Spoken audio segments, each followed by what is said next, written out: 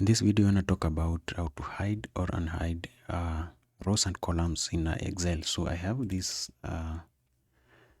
data or information right here. So normally when you want to hide a column, you just place your cursor at the top here and then just right click and select hide. That way you'll have hidden that particular column. So if you want to unhide it, you just double click.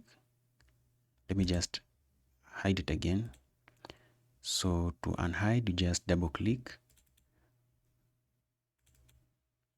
or just right click or click and hide.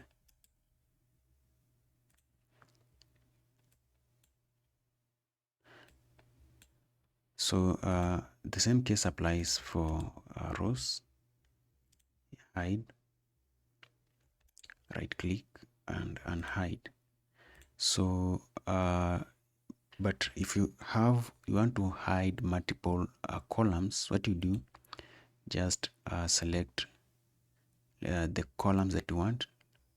Let's say you want to hide from column C to let's say G.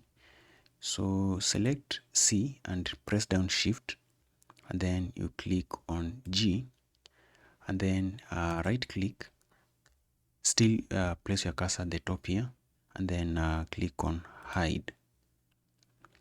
Now if you want to unhide those multiple columns, what you do, just click this column here B, which is just a column before the hidden columns, and then the next column just after the hidden column. So you select B, press down shift and click on H.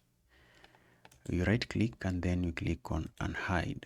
That way you'll have actually unhide those columns. The same case applies for rows.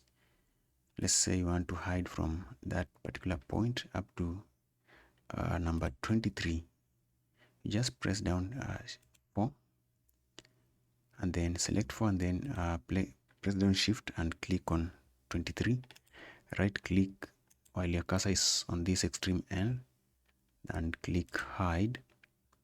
Now the same case, if you want to unhide, just place your cursor at this point, then press down shift, select 24, you right click